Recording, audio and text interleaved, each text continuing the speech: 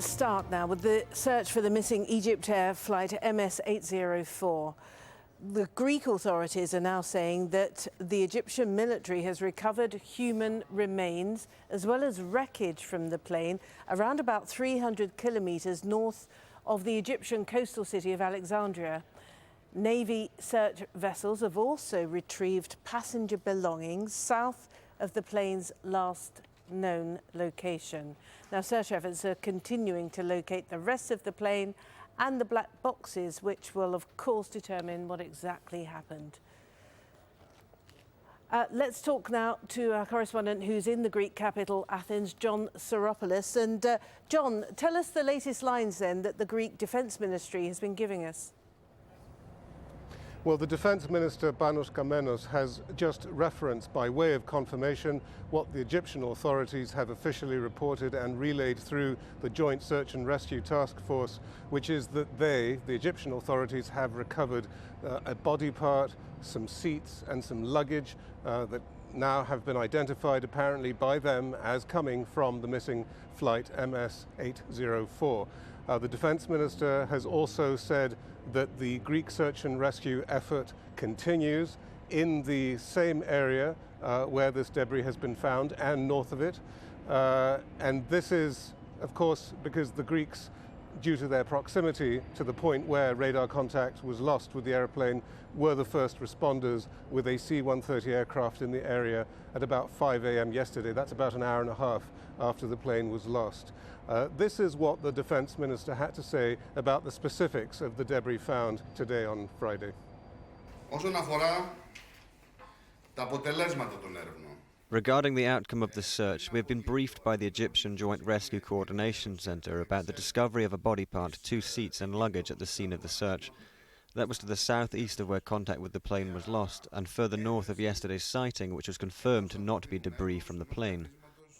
And John, the collaboration between the Greek Defence Ministry and the Egyptian military seems to be ongoing and very close.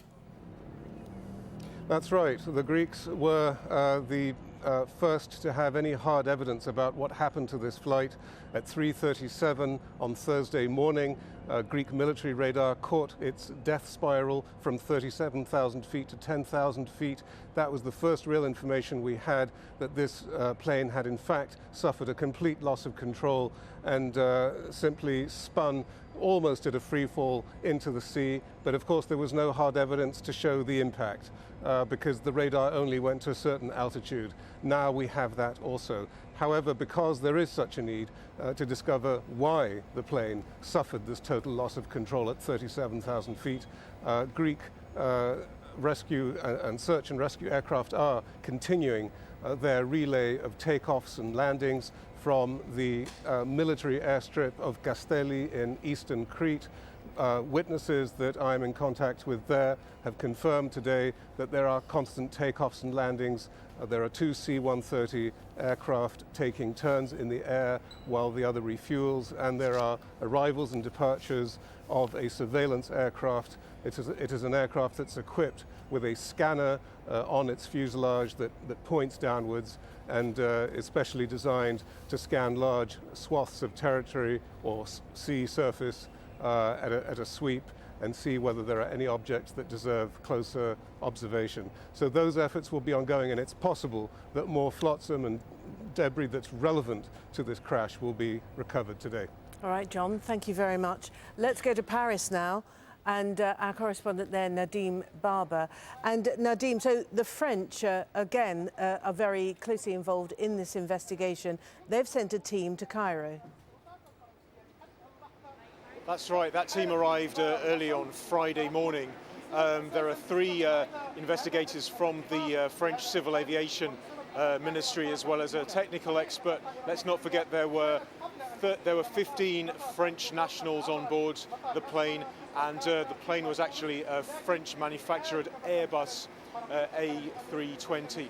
All of these factors mean that France is heavily involved in trying to find out exactly what happened. Of course, experts are far from clear about what caused the plane to come down. As John was saying, we do have ways of knowing of knowing its final movements in terms of losing altitude, in terms of swerving before it came down in the Mediterranean. But there are various theories as to whether, in fact, it could have been an explosion on board, whether that would tally with what we know about the plane's movements.